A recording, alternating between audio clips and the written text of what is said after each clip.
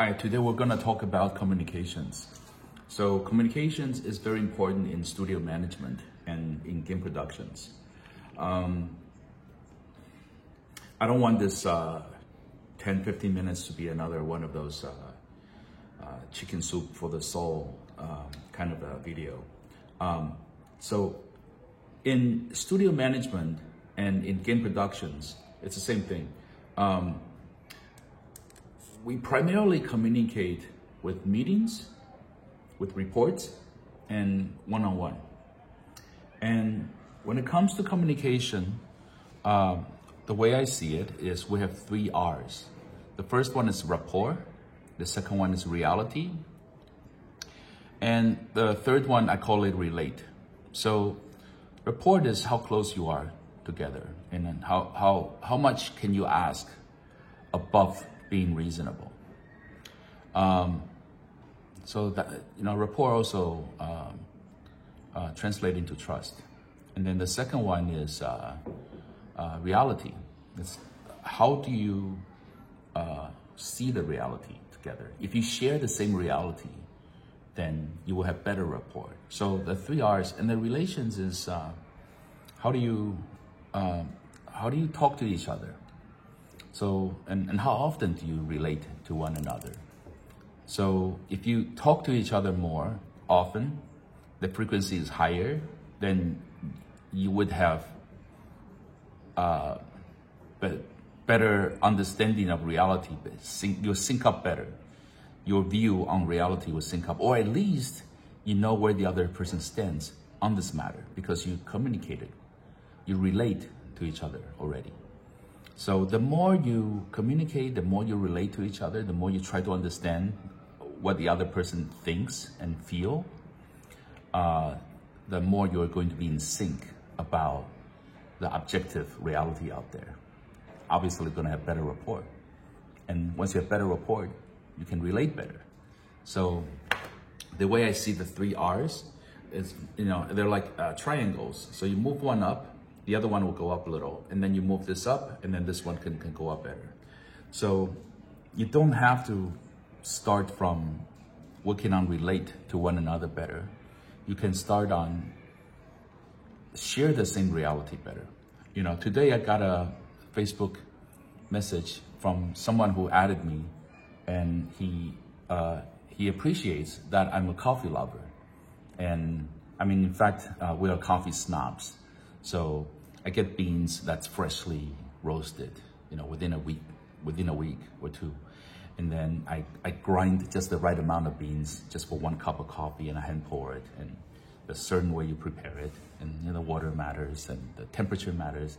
So, but look, this is my reality and his reality, and we appreciate the fineness of good cup of coffee. It matters, and we can never go back to Starbucks. Not really. But he and I share the same reality, therefore we have better rapport. Therefore, we can communicate better. So it's a good positive cycle. And if you don't do it right, you would descend into that spiral. If you insist on you being right and other people being wrong, then you don't care about reality anymore because you think that's your reality and that's a real reality. And you're not relating to other people, and therefore people will reciprocate and they don't relate to you, and you will not have good rapport. So I hope you get that. It's a lot. Think about it, and if you have questions, put them in the comments. Okay, let's talk about more.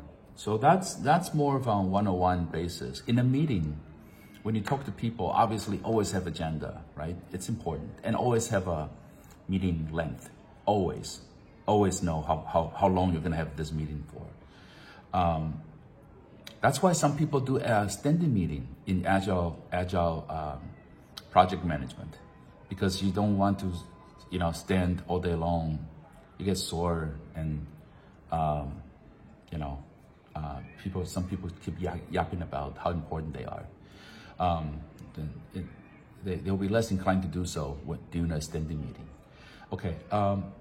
So I think initially, if you try to kind of rush through it because you only have a finite amount of time, you feel pushed, you don't feel it's natural, after a while, you'll get better at it. You'll be able to learn to speak faster. And I'm talking about half an hour. I'm not talking about 15 minutes. That's, it's a bit pushing it. I'll give you an example. So I do 3 to 5 video conference per day these days because people are always remote working. And most of the meetings are 30 minutes, and that's about right amount. And sometimes we talk about interesting stuff and we might want to go over.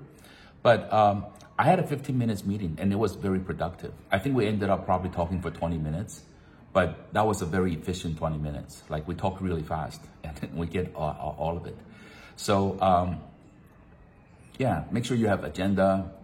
Make sure you are strict about the meeting length. So people in general don't like meetings, and and there's a reason for it. As far as running meetings people like, that'll be another subject. I think that's a little bit contrived. So I think for now we should stick to effective, constructive meetings. Okay. And then there's reports. I talked about it in the last episode that the reports ought to be very simple. 3 to 5 points on what I have done this week. This is achievements. 3 to 5 points on what I'm going to do next week. So that's A's and O's, achievements and objectives. And then the third category is called issues. How am I going to get stuck? Or is something going to stop me from accomplishing my objectives next week? Or I see something that's going to be a big problem. So you put it there. It takes 5 to 10 minutes to write that weekly report. And it's the same thing for a person and the same thing for a department. And for the managers to read them, and do read, if you're the manager, you do read all of those reports. Because if you don't read them, it's only before soon someone will put it in the report saying, I don't know why I'm writing these reports, no one will be reading them anyway. I always catch them and I reply, hey, dude, I'm reading your report. Don't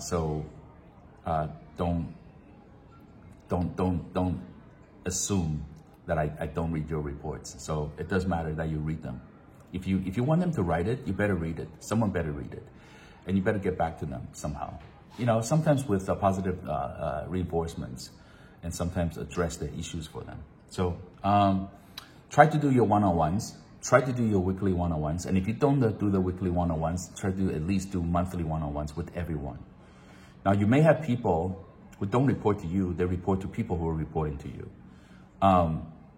That's fine.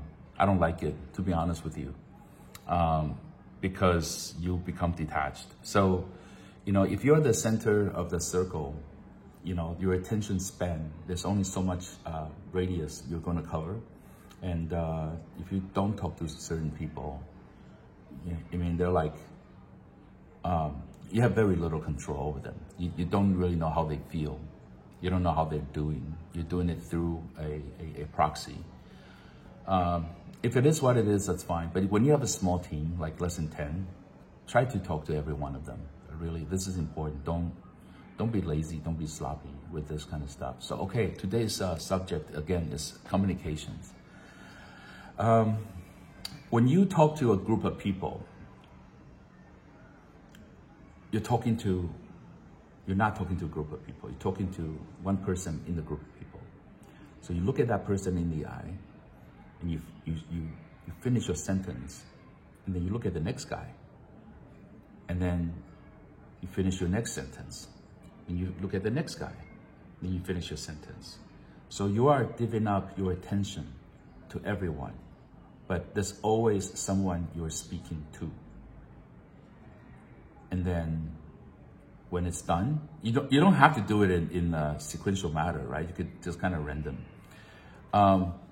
You keep doing this, but instead, most people just, talking to oblivion. They're speaking to air, so people don't feel like they're being spoken to. Okay, so this is important in speeches. You are engaging each person at one time. You're locking your attention to them. So this takes a lot of practice. And if you're the host, if you're the speaker during the meeting, try to practice this.